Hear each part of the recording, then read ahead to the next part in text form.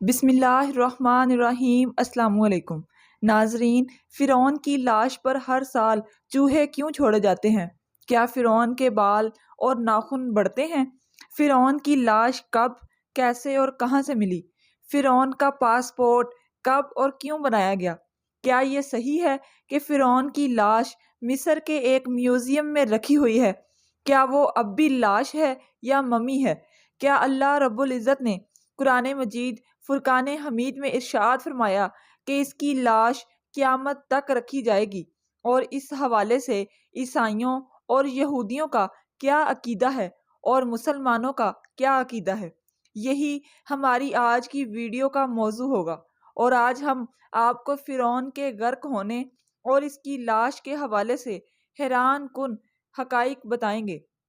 ناظرین، سال 1891 سے پہلے اس دنیا کا کوئی انسان نہیں جانتا تھا کہ خدائی کا دعویٰ کرنے والے فرعونوں کی لاشوں کا کیا ہوا، یا ان کی باقیات کہاں ہیں، یا ہیں بھی یا نہیں۔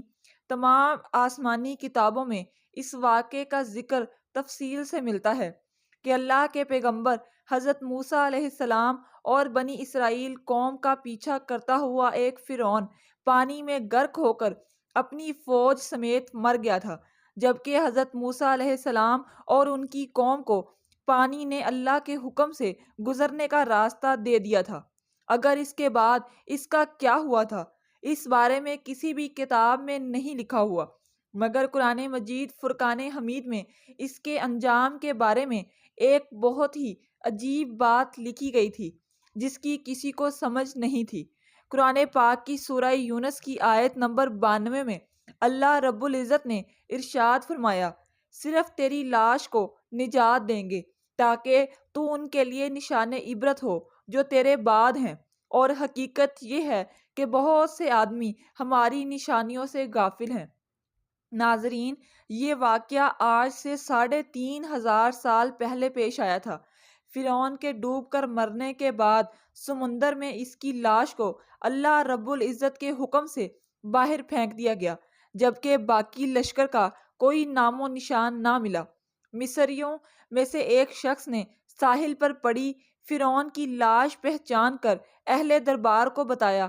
فرعون کی لاش کو محل پہنچایا گیا اور درباریوں نے مسالے لگا کر اسے پوری شان اور احترام کے ساتھ تابوت میں رکھ کر محفوظ کر دیا۔ محفوظ کرنے کے عمل کے دوران ان سے ایک غلطی ہو گئی۔ فرعون کیونکہ سمندر میں ڈوب کر مرا تھا اور مرنے کے بعد کچھ عرصے تک پانی میں رہنے کی وجہ سے اس کے جسم پر سمندری نمکیات کی ایک تہ جم گئی تھی۔ مصریوں نے اس کی لاش پر نمکیات کی وہ تہ اسی طرح رہنے دی اور اسے اسی طرح محفوظ کر دیا۔ وقت گزرتا رہا، زمین و آسمان نے بہت سے انقلاب دیکھے جن کی گرد کے نیچے سب کچھ چھپ گیا، حتیٰ کہ فرعونوں کی محفوظ شدہ لاشیں بھی اس زمین کی تہوں میں کہیں گم ہو گئیں۔ ان کے نام صرف کتابوں، ان کی تعمیرات اور لوگوں کے ذہنوں میں رہ گئے۔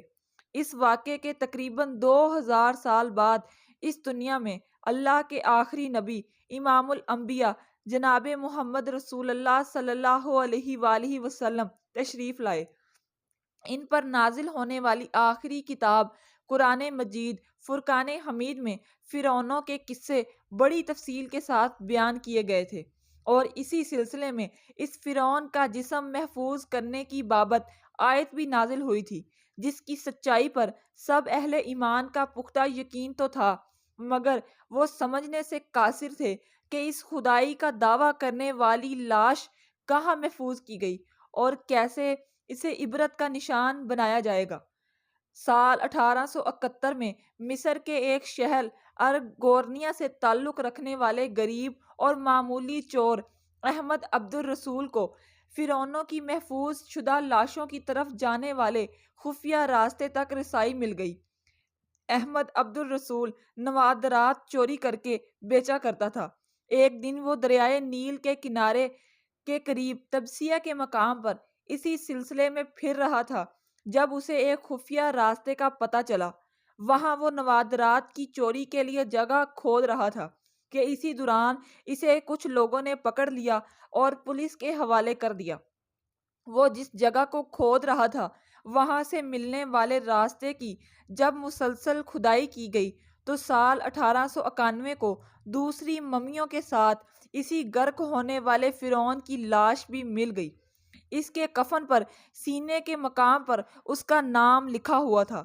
ان ممیوں کو ماہرین سے جائزہ لیا گیا تو فرعون والی ممی پر جمی نمکیات کی تہ سے تصدیق ہو گئی کہ یہ وہی فرعون ہے جس سے اللہ رب العزت نے پانی میں غرق کر کے بدترین انجام سے ہمکنار کیا تھا۔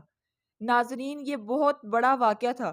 اس کی تصدیق کے لیے دنیا بھر کے ماہرین، آثار قدیمہ اور سائنسدان مصر کی طرف جانے لگے۔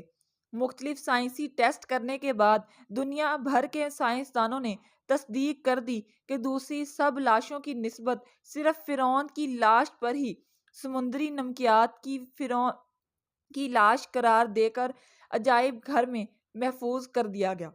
سال 1982 میں فرعون کی ممی خراب ہونے لگی تو اس وقت کی مصری حکومت نے فرانس کی حکومت کو درخواست کی کہ فرعون کی ممی کو خراب ہونے سے بچایا جائے۔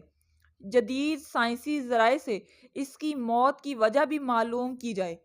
مصری اور فرانسیسی حکومت نے مل کر ممی کو فرانس لے جانے کا انتظام کیا اور اس سلسلے میں فرعون کی ممی کو فرانس لے جانے کے لیے فرعون کی ممی یعنی اس لاش کا پاسپورٹ بنایا گیا، کیونکہ فرانس کے اندر داخلے کے لیے اس وقت لاش کا بھی پاسپورٹ بنوانا ضروری تھا۔ ناظرین، کہا جاتا ہے کہ جب فرعون کی لاش کو فرانس پہنچایا گیا تو ایئرپورٹ پر اس دور کے فرانسیسی صدر بذات خود حکومت کے اعلیٰ عہدیداروں، تمام وزراء اور فوج کے افسران کے ساتھ استقبال کے لیے موجود تھے۔ فرعون کی لاش کا استقبال کسی عظیم زندہ بادشاہ کی طرح کیا گیا۔ فوجی دستوں نے سلامی دی۔ فرعون کی ممی کو ماہر ڈاکٹروں کی ٹیم کے حوالے کیا گیا۔ اس ٹیم کی سربراہی ڈاکٹر مورس نے کی۔ مائکروسکوپ ٹیسٹوں کے ذریعے ممی کے تمام اعضاء کا باریک بینی سے جائزہ لیا گیا تو معلوم ہوا کہ اس کی لاش اور جسم میں سمندری ذرات ابھی تک موجود ہیں اور اس کا گوشت ہر روز تازہ ہوتا ہے اور بڑھتا ہے، اور موت کی وجہ بھی پانی میں ڈوبنے کی وجہ سے ہوئی تھی۔ ایک بادشاہ کی موت پانی میں ڈوبنے کی وجہ سے ہو، یہ بات ڈاکٹر مورس کے لیے حیران کن بات تھی۔ اس نے اس ممی کے بارے میں مزید جاننے کی کوشش کی تو اسے معلوم ہوا کہ اس بادشاہ کی موت کے حالات مسلمانوں کے نبی امام الانبیاء جناب محمد رسول صلی اللہ علیہ وآلہ وسلم پر اترنے والی کتاب قرآن مجید فرقان حمید میں تفصیل سے درج ہے۔ اسے علم تھا کہ جہاں سے یہ لاش ملی ہے وہ ایک اسلامی ملک ہے۔ تجسس کے ہاتھوں مجبور ہو کر وہ مصر پہنچا۔ وہ ایک سائنسدان تھا۔ اس نے اس معاملے میں مصر کے ایک سائنسدان سے ملاقات کی۔ اس سائنسدان نے قرآن پاک کھول کر اسے سورہ یونس کی آیت 90 تا 92 ترجمہ لفظ با لفظ سنایا۔ فرعون کا خدائی کا دعویٰ، اس کا پانی میں ڈوب کر مرنا اور پھر پانی سے نکال کر اس کی لاش کا محفوظ ہو جانا اور پھر دوبارہ لاش کا ملنا اور پھر اس لاش کو جدید سائنسی دور میں دوبارہ محفوظ کیا جانا، سب کا اشارہ ایک جانب تھا اور بہت واضح تھا۔ ناظرین، یہ اللہ رب العزت کی شان اور مقام اور مرتبہ ہے کہ اس نے فرعون، جس نے خدائی کا دعویٰ کیا، اس پروردگار کے مقابلے میں آیا اور اس کی لاش کو قیامت تک نشان عبرت بنا دیا۔ فرعون وہ واحد شخص ہے جس کی لاش پر گوشت تر و تازہ ہے، لگتا ہے ابھی کسی نے اس کو سلایا ہو۔ اس کے بال اور ناخن بڑھتے ہیں، بلکہ اس کی لاش پر گوشت بڑھتا ہے اور بڑھتا رہتا ہے۔ ہر سال 15 مارچ کو اسی میوزیم میں چوہے رکھے ہوئے ہیں جو اس کے اوپر چھوڑے جاتے ہیں اور وہ اس کا بڑا ہوا سارا گوشت کھا جاتے ہیں، اور پھر اس کی ڈریسنگ کی جاتی ہے اور اس کو دوبارہ شیشے میں رکھا جاتا ہے۔ ناظرین، فرعون کی لاش کے بال بالکل صحیح، آنکھیں، ہر چیز بالکل صحیح سلامت۔ وہ لگتا نہیں کہ یہ 3500 سال پرانی ممی ہے۔ ممی اور لاش میں فرق ہوتا ہے۔ ایسا لگتا ہے کہ یہ نئی اور تازہ لاش ہے۔ موسیٰ علیہ السلام اور ہمارے آقا نبی اور آخر الزماں امام الانبیاء جناب محمد رسول صلی اللہ علیہ وآلہ وسلم کے درمیان 2000 سال کا فرق ہے۔ تمہارے جسم کو نجات دوں گا اور لوگوں کو کہوں گا کہ دیکھو یہ انجام ہے خدائی کا دعویٰ کرنے والے کا۔ ایک دفعہ حضرت موسیٰ علیہ السلام نے پوچھا، اے پروردگار، تو فرعون کو اتنی مہلت کیوں دیتا رہا؟ وہ تو کہتا تھا کہ میں خدا ہوں۔ تو اللہ رب العزت نے ارشاد فرمایا، یہ کم بخت اپنی رایا میں عدل کرتا تھا، اس لیے اس کو میں مہلت دیتا رہا۔ جب اس نے ظلم کیا تو پھر پکڑا گیا۔ ناظرین، فرعون کی لاش کے حوالے سے عیسائیوں اور یہودیوں کا یہ عقیدہ ہے کہ فرعون پانی میں غرق ہو کر ہلاک نہیں ہوا تھا، بلکہ وہ اس وقت بچ گیا تھا اور بعد میں طبی موت مرا۔ اور قرآن مجید فرقان حمید کی آیات کے مطابق مسلمانوں کا یہ عقیدہ ہے کہ فرعون کو اللہ رب العزت نے پانی میں غرق کر دیا تھا اور قیامت تک اس کی لاش کو نشان عبرت بنا دیا گیا۔ ناظرین، فرعون کی ممی نہیں بلکہ لاش ہے۔ فرعون کی لاش ایسے محفوظ کر کے دنیا کے سامنے لا کر رکھ دی گئی کہ انٹرنیٹ کے ایک کلک پر، رسائل اور جرائد پر، ٹی وی چینل پر اور عجائب گھر میں اربوں انسانوں کی آنکھوں کے سامنے قابل ترس حالت میں موجود ہے۔ عبرت کے لیے، سوچنے کے لیے کہ عبادت کے لائق اور ہمیشہ رہنے والا وہی ہے جو سب کا خالق اور رازق ہے۔